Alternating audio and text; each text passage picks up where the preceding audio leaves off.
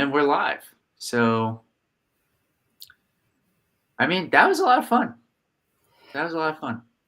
I mean, any day you're going to sit there and just watch 107-56 exhibition game, and Duke is trying.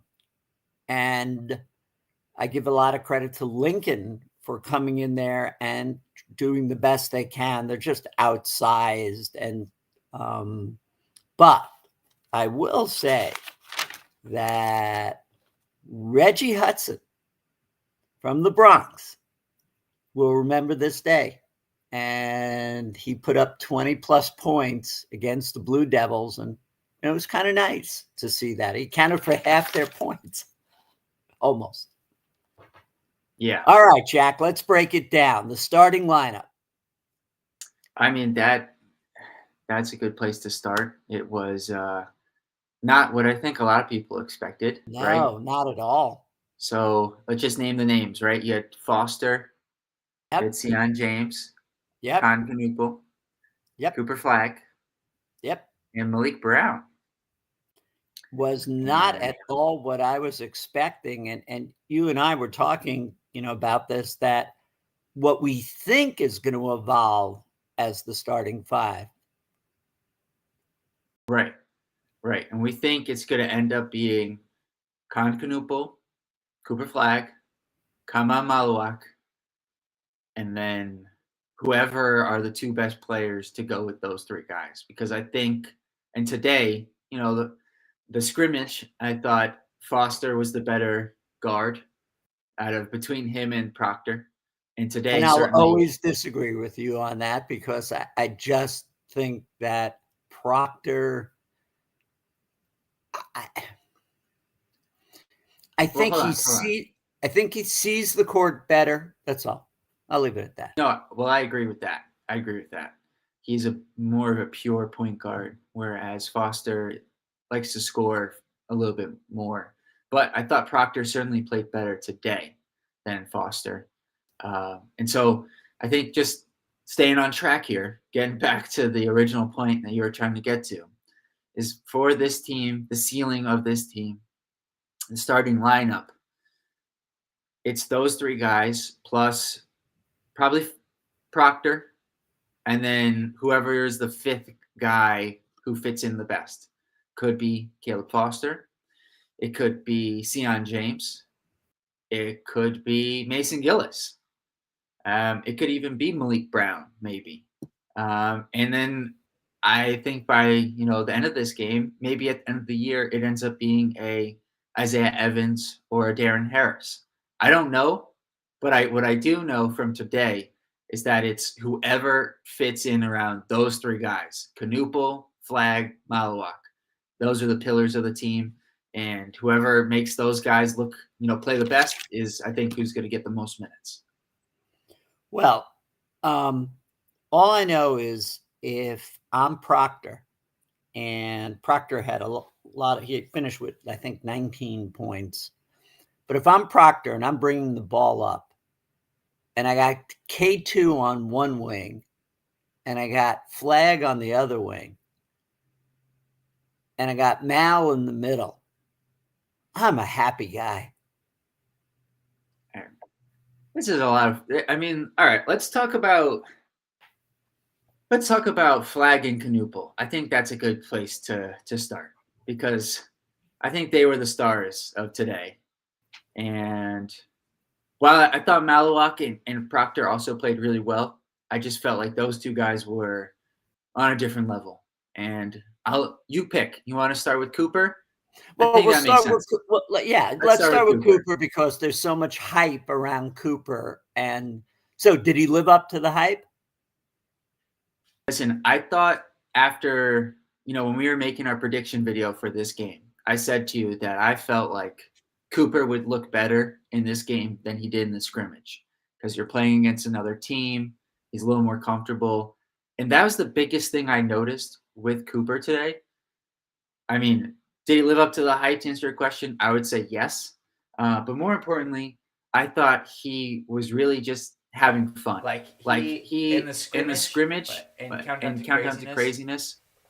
I didn't really I didn't see really see him him like like laugh or laugh or smile smile very very much, much, if if at at all. all. Today, Today there was four like or four five or five times where it times where it seemed like he was just he was really just really enjoying enjoying himself, himself, and I think and that I says think a that lot says a about lot about him him as a as a person who's a person guy who who's a just guy loves who to just loves compete. to compete. And I And thought he I really thought he lived up to really the lived up hype. to the hype. Early Early on, he on, had he two had two really big really big blocks, blocks, and I think and that I set the think that set tone the tone for for his his day day to to come. come. Where Where he he hit hit a a couple couple of of outside outside jumpers. jumpers. He had a Nice nice turnaround shot turnaround shot inside. He had some inside. He had some assists. assists. The The defense, defense, obviously, and then obviously, a and then a few few massive massive dunks in the dunks second in the half. second half.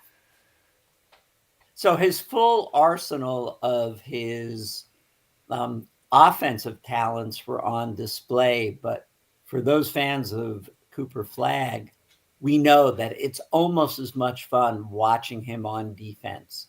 I'm not going to say, though I'm tempted, that he has the capacity to make that Zion block by running all the way over and getting the ball on the apex, which we'll always say will go down in Duke history. But he can do it. He's 6'9". The guy jumps through the roof. And it's almost as much fun watching him on defense because he is, it's, the announcer said it. People have said it over and over again. He's still 17. He just turned, he'll be turning 18 in December. He's just maturing. And my mouth's open watching him. Yeah, he's a ton of fun. He's a ton of fun. He's a ton of fun. And my biggest thing with watching him is that is that he just he wants just to win. wants to win. I think that's the biggest thing when you watch him play. It doesn't really matter to him how many shots he gets, whatever, as you said. It's It's arguably more fun watching him him on defense. And I think it's going to be a lot of it's fun. going to be a lot of fun just to watch him and then all the other guys. And I think this is a good time to talk about Khaman Maluach because there's some things he did today. I mean, the shooting was fantastic. But there's some things he did today today that in a very different way, but similar types of plays, reminded me a little bit of our one and done player from last year, Jared McCain, in the sense that he was just making winning plays. He was competing for offensive rebounds. Now something McCain did a lot last season. I will say the dunk that Khaman Maluach had was not like Jared McCain. That was very different. And quite unexpected. At that point, just based off of where he caught the ball. And I think that was one of the taller players on Lincoln who was contesting him at the rim. That was crazy. His But his three-point shooting is just phenomenal. And he does all the other stuff as well in between, whether that's just being a sound positional defender, making the right pass, and just being a guy who spaces the floor well, even when he's not shooting. And those two, Flagg and Maluach, just quite the 1-2 punch. Well, or as Debbie Taylor said, pronounces his name is Knipple, and it's known as the Knipple triple. And you got to love it. There it is. He's out of the wing, the Knipple triple. Oh, yes. An announcer's delight. And I thought his three-point shooting, you might say it's an exhibition game, but for him to go off from three-point range in his first exhibition game, even though he's a big guard forward, there's no reason why he can't replicate that. And we're going to find out pretty quickly. I think what Coach Shire has put together in the schedule with, plenty of tests coming up with Kentucky ranked 23, Auburn ranked 11, Arizona ranked 10, and on November 22nd, Kansas ranked 1. So plenty of opportunities to get an early test, not against the Lincoln. So there's no shortage of powerhouses that they will have to play against, and we will truly know going into ACC play how good this team is. Yeah. Yeah. I think I agree. agree. I love the way that Coach Shire scheduled scheduled this season. And as you said, lots of tests early on. And I think speaking of Coach Shire, one thing I one thing I wanted to touch on is just that you mentioned it early on. The starting lineup was a little bit different than I think a lot of people expected. But more importantly, to me, because I think the starting lineup is something he's still going to develop develop over the course of the season. But I thought there was a clear first eight guys that he trusted. In the sense that Proctor was the first guy off the bench about 4 minutes in. He came on for Sion James. And then a couple minutes after that was Maluach and Gillis. And then it took about 5 to 7 minutes until Darren Harris checked in. And Isaiah Evans didn't get until the second half. And so while I think and both Harris and Evans played well in the second half, I do think this team could have a deeper rotation. I think it is clear in a way who Coach Shire trusted more. And I think we'll get an even better sense of that in this next game or exhibition with Arizona State. It's true. It's hard to not get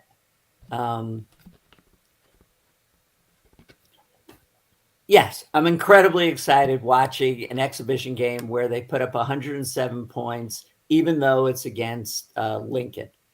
The potential and the ceiling for this team right now, conceivably is a championship. Certainly an Elite Eight, a Final Four. There's no reason.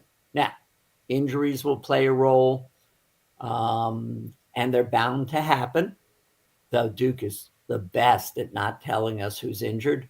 But there are so many weapons that it looks as if they can withstand an injury or two if it's not one of those injuries that goes on for the whole season.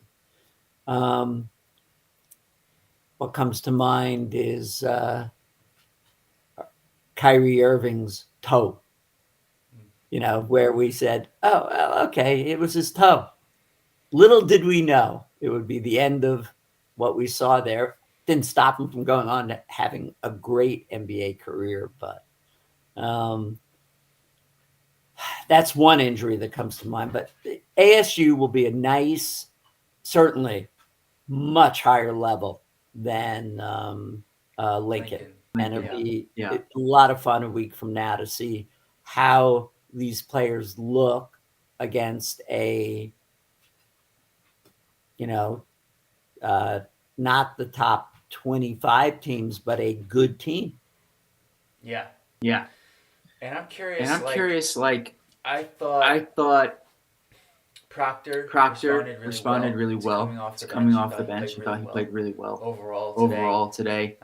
Made a few shots, got guys open looks, drove to the basket effectively, played good defense. I thought he looked really good and responded well to that. And in a similar vein, I thought Isaiah Evans he's the only other McDonald's American on the roster. I mean freshman. Sorry. I know Maluach was ranked higher. But for him to be a McDonald's All-American, not play in the first half, check in around the 14th or 15th minute, some guys could have checked out mentally, and he played really well. Good point. I thought in those 10 minutes, and the one thing about watching Isaiah Evans in high school is that he is a guy who has supreme confidence in his shot, and it was good to see that even though he didn't get the minutes he probably wanted, that confidence didn't go anywhere,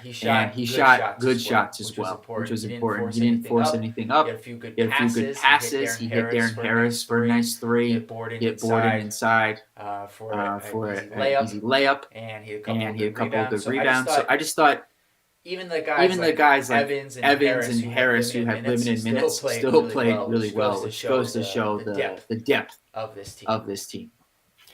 Well, speaking of the depth, so there's a lot of times, where you might think of the scorers coming from, maybe I can think of some teams with two really good guards. It seems that this team could be really unusual in the sense that you could get 20 points a game from two forwards. If, K2 is playing up at the forward spot and they're both on the wings and with Cooper and him, I think that's really unusual. And, what Tyrese showed today was, don't count me out. I'm good for 20. And Evans, as you said, could be good for 20. I'm trying to think, the last time was when it was Kennard, Grayson, and Tatum. I think were the three, they played together and they went on that fantastic run in the ACC tournament. You love that team. I love that. The three of them all were scoring 20 points a game. Yes, I did. I love, they kind of counted them out, but they were like, they went on a run. They won the ACC, and almost each of the games, they each had 20 points, all three of them. This team has the ability to do it. And, let's go to Mal. I mean, we've been hoping that, after Marky Mark and after Derek Lively, that what were they going to do? Would they find somebody? I don't know about you, Jack. When he hit those two free throws, smooth as silk, where did that come from?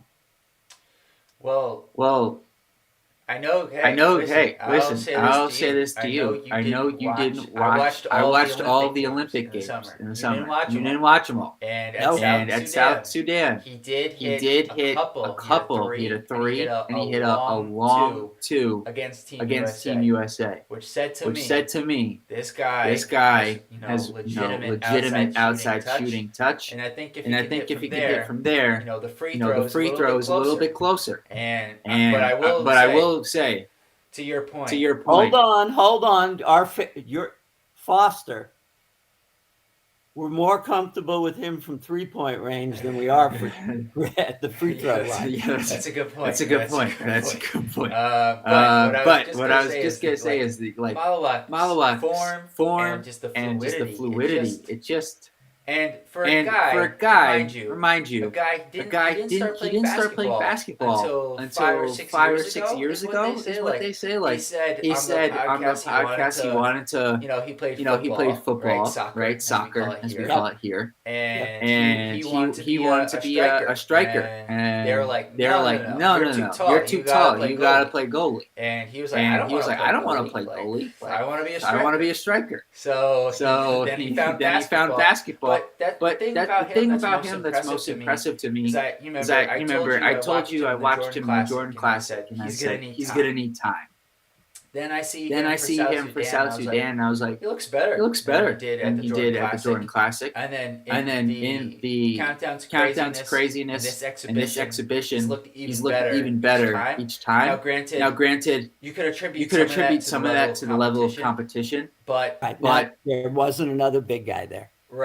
Right. But at the same time, I think it's a clear signal that this guy is able to just improve. And says a lot about his work ethic and just his overall intelligence for him to be able to improve as quickly as he is. And I think that I don't know what he finished with, but at a certain point in the game, he had 4 points, 11 rebounds, and a couple blocks. And I would expect that as the year goes on, we'll feature him a little bit more in the offense. And those will turn into double-doubles. And he just with Knuppel and Cooper Flagg, as you said, this team's ceiling is national title Final Four with those three guys, and that's going to be the most fascinating thing to watch throughout the season. Is how they progress as a trio. And again, who fits in the best around them? The one thing I want to bring up to you, I don't know if you caught this, but late in the second half, they had thrown out a lineup because we had both talked about, if Foster and Proctor aren't on the court, who's going to play point guard? And we had we had both thought it would be Knuppel. But they threw out a lineup which was not including Knuppel. It was Sion James, Isaiah Evans, Cooper Flagg, Malik Brown, and Maluach. And that's an enormous lineup. There's no. I guess Sion James is your de facto point guard. But defensively, that is a nightmare. Like I would not want to be out there against those five guys. And so I'm curious if that's something that Coach Shire is going to look to work in the Arizona State game, etc. Or was he just having some fun in this Lincoln game trying out a line? I think it's more the latter, but it was a cool lineup to see him throw out there. I think it was a lot of fun. I keep shifting my seat here. I'm trying to figure out how to get the sun out of my eyes. You think you're at home, but the sun is a factor. Now I got, all right. So in any case, yes, it was a lot of fun with that lineup. I think in exhibition, it's hard not to get ahead of ourselves here. There's a lot of different things that Coach Shire could do. But I just want to say one thing about Mal. His lineage is Luol Deng. He's the guy he loves. They're both from Sudan. Probably part of the reason that he was able to get him there was Luol. At least in terms of Luol came from Sudan, South Sudan. And truly had a great Duke experience, great NBA experience. And, it's just the little things like that. The announcers were really good at trying to say, yes, this is an exhibition game, but look at the camaraderie that was built so quickly, where even when our fan favorite Hubbard gets in a great layup at the end of the game, the bench explodes, the fans explode. And it's so hard to do in the modern age when you're bringing in 6 McDonald's All-Americans. Well, You've got 6 freshmen. 2 McDonald's All-Americans. I thought there was 6 in the top 30 there. Right, but only two of them, I believe, were McDonald's guys. Maluach is not in the U.S. Not in the U.S. And I don't think Knuppel was. So it was Evans and Flagg. We're going to fact check that one. I could be wrong. Fact check that one. All right. I'm just going to say, your announcers. That's what they said. You loved Debbie. I believe that was. Maybe it was the play-by-play guy. All right, move on. So maybe it was is there the ESPN 100? Well, you're right. In terms of the rankings from the ESPN 100. I'm just saying. I believe only 2 of them actually. Yeah. Okay. Yeah. All right. Yeah. We're on the same page. There we go. Yeah. But the ability with that, and how many through the transfer portal? 5, 6? 4. All right, we're going to quickly check that one. Go ahead. Go ahead. I am very confident in that answer. We've got Malik Brown, Syracuse, Cameron Sheffield, Rice, Sion James, Tulane, Mason Gillis, Purdue, and the one that we always agree to disagree on, Begovic. He is from Stanford, but okay. This is his second year, though. He's not new. And that's true. He does, and as you pointed out in the Duke podcast this week, that Coach Shire said that he relies on not just Proctor and Foster to provide that senior or that upper class. Tough to have seniors anymore. But that he also, as you pointed out earlier when we were prepping, that he relies on Hubbard and Begovic and Borden to do that. So in this new era, which I know we're going to do in a different show, which led to the Virginia coach stepping down just a day or two ago saying, and we think he's one of the classiest coaches, saying this new era of having to combine returning players with freshman class coming in and the transfer portal. You kind of love the camaraderie, and you loved as when players would score on the court, they're like, if they got a good assist, they're immediately pointing to the player that gave them the ball. And, to your point also, that when Evans came in, he no hangdog, no like I'm not getting in until now. He came in, helped, scored. There was that period in the second half when either Lincoln ran out of gas or something, but it went a good 3-4 minutes without a bucket. Yeah.